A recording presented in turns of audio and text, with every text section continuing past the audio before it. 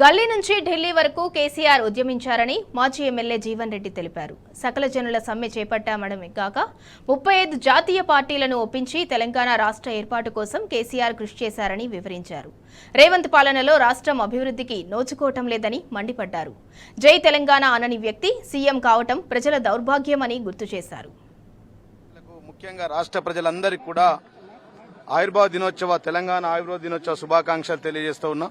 ఈరోజు గౌరవనీయులు రాష్ట్ర ముఖ్యమంత్రి వర్యులు గత తెలంగాణ తొలి ముఖ్యమంత్రి వర్యులు కేసీఆర్ గారు తెలంగాణ ఉద్యమంలో భాగంగా 14 సంవత్సరాలు గల్లీ నుంచి ఢిల్లీ దాకా ఉద్యమం చేసి చావు నోట్లో తలకాయ పెట్టి సకల జనుల సమ్మెతో పాటు 35 జాతీయ పార్టీలను ఒప్పించి మరి తెలంగాణ రాష్ట్రాన్ని సాధించిన తెలంగాణలో ఇవాళ నై తెలంగాణ అన్న మనిషికి ఇలా ఈ రాష్ట్ర ముఖ్యమంత్రి పదవిని అప్పచెప్తే ఈ రాష్ట్రాన్ని కుక్కలు ఇంపిన ఇస్తారులాగా తయారు చేసిందని చెప్పి సందర్భంగా తెలియజేస్తా ఉన్నాం. కేసీఆర్ గారు ఇచ్చినటువంటి పథకాలు ఎక్కడ కూడా అమలు చేయకుండా వారిచ్చిన హామీలను తుంగలు దొక్కి ఇలా నేను ఆర్మూర్ నుంచి నిజామాబాద్ దాకా వస్తా ఉంటే 27 కిలోమీటర్ దూరంలో మొత్తం రోడ్ల మీద తడిచిన వడ్లు లేకలొచ్చిన వడ్లు ఇలా రైతులంతా ఏడుస్తున్న తరుణం ఈ రాష్ట్రంలో ఉన్నదంటే దాని కర్త కర్మ క్రియ ఈ రాష్ట్ర ముఖ్యమంత్రి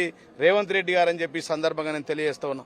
నిన్నటి వరకు గతంలో కవి చెప్పినట్టు జై బోలో తెలంగాణ అని ఒక పాటలో ఉన్న ఏదైతే జై బోలో తెలంగాణ అంటే ఈ రోజు కూడా ఈ రాష్ట్ర ముఖ్యమంత్రిని తెలంగాణ అని ఒకసారి అనని చెప్పి గడిచిన 18 నెలల నుంచి చెప్తా ఉంటే గత ఉద్యమ సమయంలో గన్నులు పట్టుకొని జై తెలంగాణ అంటే మనమంటే నై తెలంగాణ అని ఆయన తిరిగిండు.